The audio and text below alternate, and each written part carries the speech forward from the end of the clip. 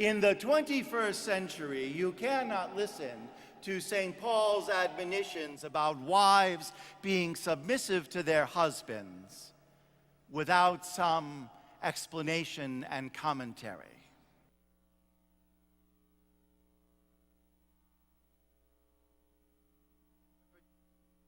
For years done a disservice to women and men alike, at times even providing biblical explanation for marital abuse.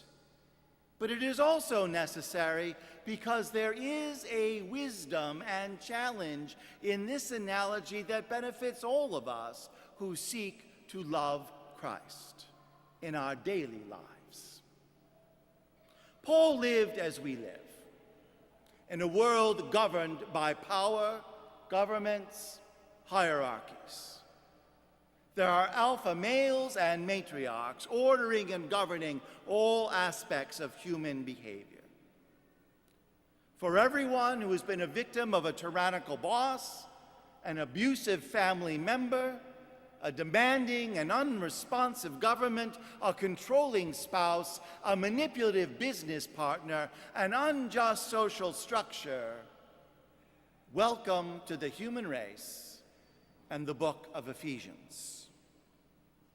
The question running through Paul's mind is this: how do Christians who are committed to love live and survive in such a world? In a world where power and the abuse of power are common in kingdoms and in personal relationships, what difference does the risen Christ make? If Christians are not going to run away from the world and live apart in our own special commune, well, then how do we live in the world?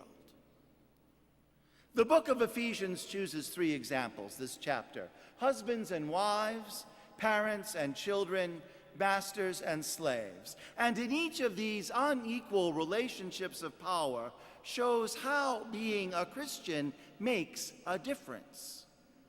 Today's second reading focuses only on marriage. Now, marriage, we must remember, in St. Paul's day was first and foremost a contract, not a romantic relationship. Women and all they possessed became the property of the man. Slaves obeyed masters, children their parents, wives their husbands. This was the established power grid. Paul begins by saying, "Be subject to one another out of reverence for Christ." Reverence for Christ, meaning love of Christ, is our starting point. What we do, how we live, is connected to our love for, our reverence for Christ. And notice that Paul says Christ, meaning the risen Christ, whose spirit we have all received in baptism, whose body and blood we are here to eat and drink, and through his mercy ourselves become. When Paul speaks about Christ, he speaks not so much about Jesus of Nazareth, whom he never met, but he speaks about the risen Lord, present to our people in the church, who Paul meets every day. Out of love for Christ, present in our lives, present in the lives of all around us, out of reverence for Christ alive today, be subject to one another, Paul pleads, reminding us that first and foremost, Christians are people who are aware that the risen Christ is present in each other. Now, it's true, some of us do work overtime hiding that presence of Christ within us. And fewer of our thoughts, deeds, and actions show Christ than we would like to imagine. But nevertheless, Paul begins by reminding us that, first of all, Christianity is a religion in which people are predisposed to look for, see, and be aware of Christ's presence in one another. And if we do this, then we begin each day, enter each relationship, ready and willing to be subject and servant to the Christ who is present there. Women will love their husbands with all their heart, soul, and mind, the same way in which they love the Lord. Husbands, for their part, will not treat their wife as a possession, something to be bossed about, used, discarded, but will love them as he loves himself, even as Christ gave himself in love for the church. So will a husband give himself in love for his wife. A husband's love for his wife, Paul says, is the worship he offers God.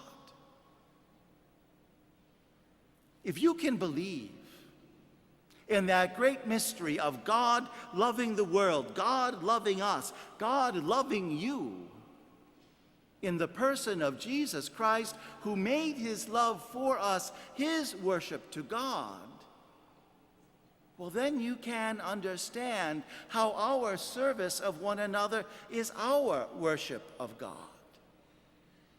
Because the risen Christ is present, our service of one another is our worship of Christ. Even if we believe this, the truth is we do not do it anywhere near as much as we should. We revert to the world of power and manipulation, of ordering and controlling each other to get our own way. Like ancient Rome, we act as if other people are possessions who serve our needs. And that is why marriages end in divorce. Children are estranged from parents, friendships break up, employers and employees are often at odds, businesses act unfairly towards one another, and governments are paranoid of outsiders and even their own citizens. Now, this is the world in which you and I live. A world, if you were watching the news this whole month, in which we do not even as a country trust each other to provide basic health care for each other when we are in need. Pope Paul VI said that the role of the church is to bring the love of Christ to each strata, to each level of human society. St. Paul tells us this morning that we can begin doing that by asking ourselves the question, out of reverence for Christ, to whom can I be subject today? Who can my life serve? And in serving them, love God. Amen.